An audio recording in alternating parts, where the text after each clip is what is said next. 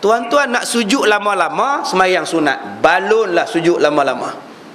Tapi bila semayang berjemaah bersama imam, pastikan imam tahiyat, tuan-tuan tahiyat. Oh, setengah kadang-kadang imam dah Allahumma salli ala, dia duk subhan. Dalam hati dia duk kata, mesti depa tengok aku. Tengah duk sujud tu, duk fikir dalam hati tu, ni mesti depa tengok punya, baru depa tahu siapa aku. Apa? Orang memang tengok kamu pelik, tapi Allah tak tengok kamu. Allah tak tengok kamu sebab sembahyang kamu tak betul. Sebab apa Allah tak tengok, ustaz? Sebab kamu buat bukan macam Rasulullah buat. Tuhan terima bila kita buat macam Rasulullah buat.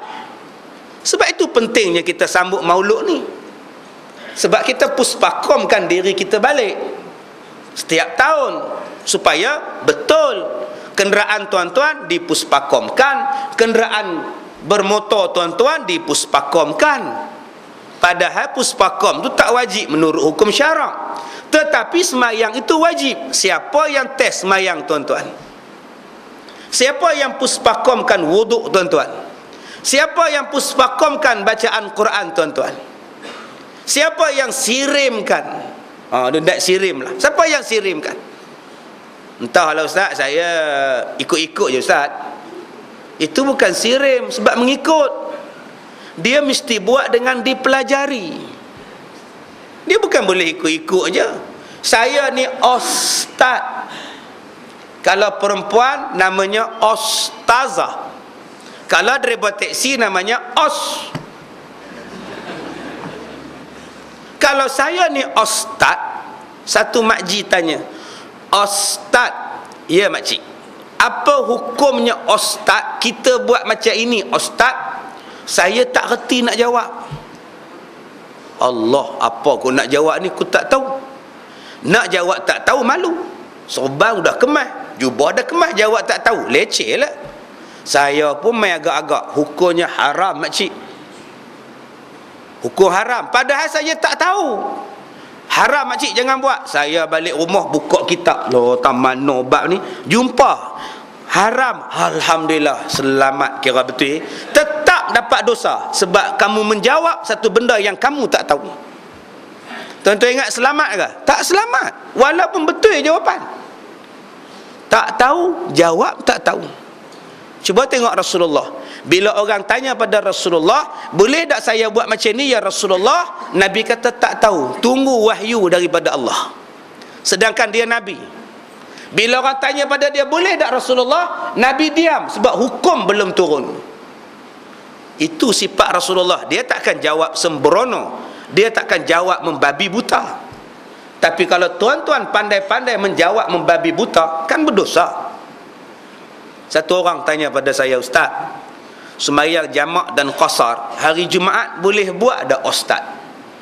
Boleh. Macam mana ustaz? Mula-mula sembahyanglah Jumaat bersama tu imam 2 rakaat. Lafaznya sahaja aku sembahyang Jumaat 2 rakaat makmum kerana Allah Ta'ala. Kemudian bila dah angkat takbir, niat dalam hati, aku akan jamak dengan asar selepas ini. Niat nak buat jamak. Jangan niat sahaja aku sembahyang Jumaat mengikut imam, qasar jamak dengan sembahyang asar, tak sah. Tuan-tuan hanya boleh ikut sembahyang Jumaat beserta imam. Niat nak buat asar dalam hati. Bila masa nak niat tu ustaz? Selepas takbir sahaja. Tuan-tuan boleh niat nak buat jamak sehinggalah sebelum memberi salam. Lepas itu, lepas saja imam bagi salam, astaghfirullahalazim. Tuan-tuan tak payahlah ikut, tuan-tuan bangunlah. Buat sembahyang asar 2 rakaat qasar. Ada satu ustaz kata, mana boleh? Nabi mana ada pernah buat sembahyang Jumaat qasar dengan sembahyang asar. Kita tak boleh buat.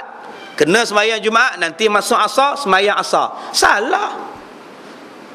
Dia kata Nabi tak ada hadis kata buat. Memang Nabi tak buat, tetapi ada satu lagi hadis.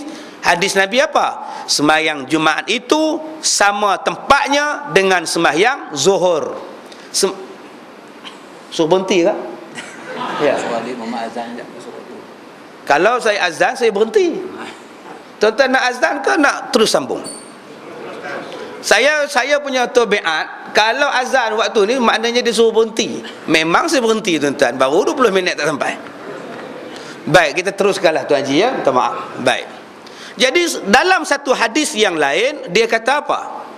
Dalam satu hadis yang lain Nabi kata sembahyang Jumaat itu menempati sembahyang Zuhur. Hari itu tak ada sembahyang Zuhur, sembahyang Jumaat. Menempati maknanya bila menempati bolehlah sembahyang jamak di antara Jumaat dengan sembahyang Asar.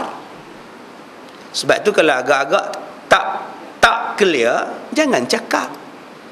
Tak tahu, jangan cakap. Itulah cara Rasulullah. Nabi tak dapat wahyu, Nabi cakap tunggu wahyu turun. Kadang-kadang wahyunya datang lambat, kadang-kadang wahyunya datang cepat. Pendek kata, Nabi Muhammad tidak akan bercakap kalau dia tidak tahu. Persoalannya, tuan-tuan hari ini sambut maulud. Tuan-tuan ikut Nabi tak kalau bercakap benda yang tak tahu? Berapa banyak orang yang tak tahu, belagak tahu. Macam dia nampak, macam dia tengok. Sedangkan dia tak nampak, dia tak tengok, dia tak ada bukti, dia tak ada saksi. Dia hanya tengok dalam internet saja orang cakap. Dia percaya. Bukankah itu bukan cara Rasulullah?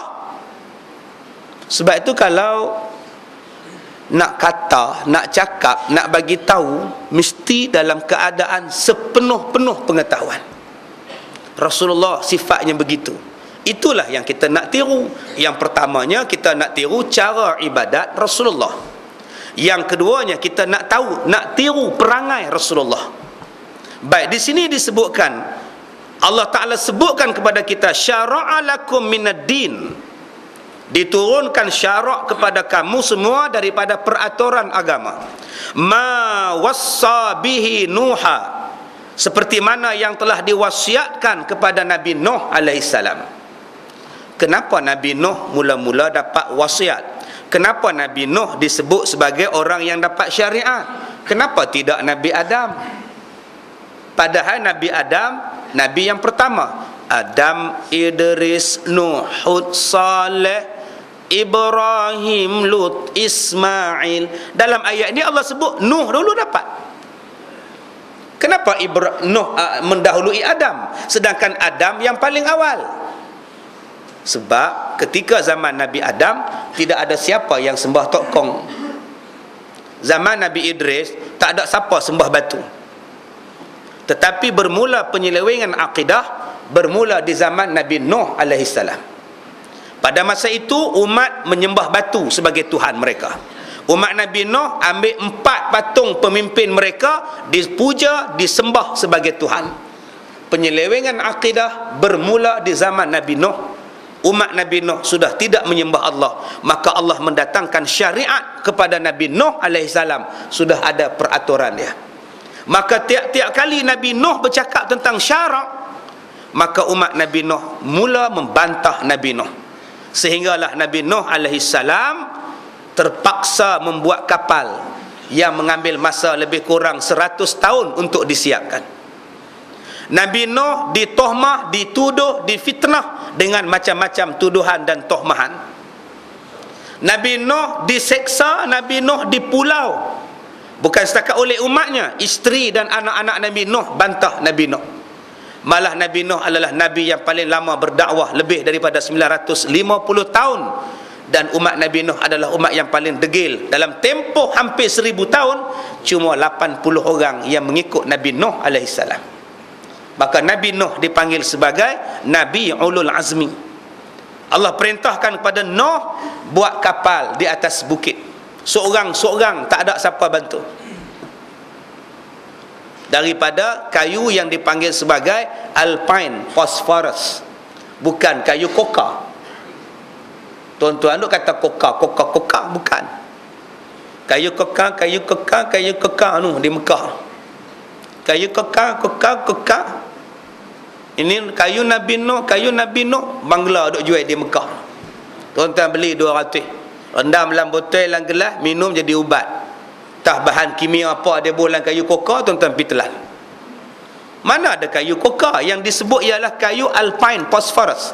Seperti mana yang mereka siasat pada kayu bahtera yang dijumpai di pergunungan Ararat di Turki, yang gambarnya diambil daripada satelit, membentuk satu bentuk bahtera, yang mana bahtera ini besarnya 14 buah padang bola. Kebesaran dia itu. Yang Nabi Nuh buat kapal seorang-seorang. Masya Allah. Tuan-tuan, cuba tuan-tuan buat masjid ni seorang-seorang. Buatlah buat seorang-seorang. Pasang piling, pasang tiang apa seorang-seorang. Agak-agak letak jawatan tak? Letak. Tak pun bantah pun. Mat, buat masjid. Buat seorang-seorang. Ni bata, ni kayu, ni simen, ni pasir. Buat seorang-seorang. Agak-agak terima tak? Tak terima.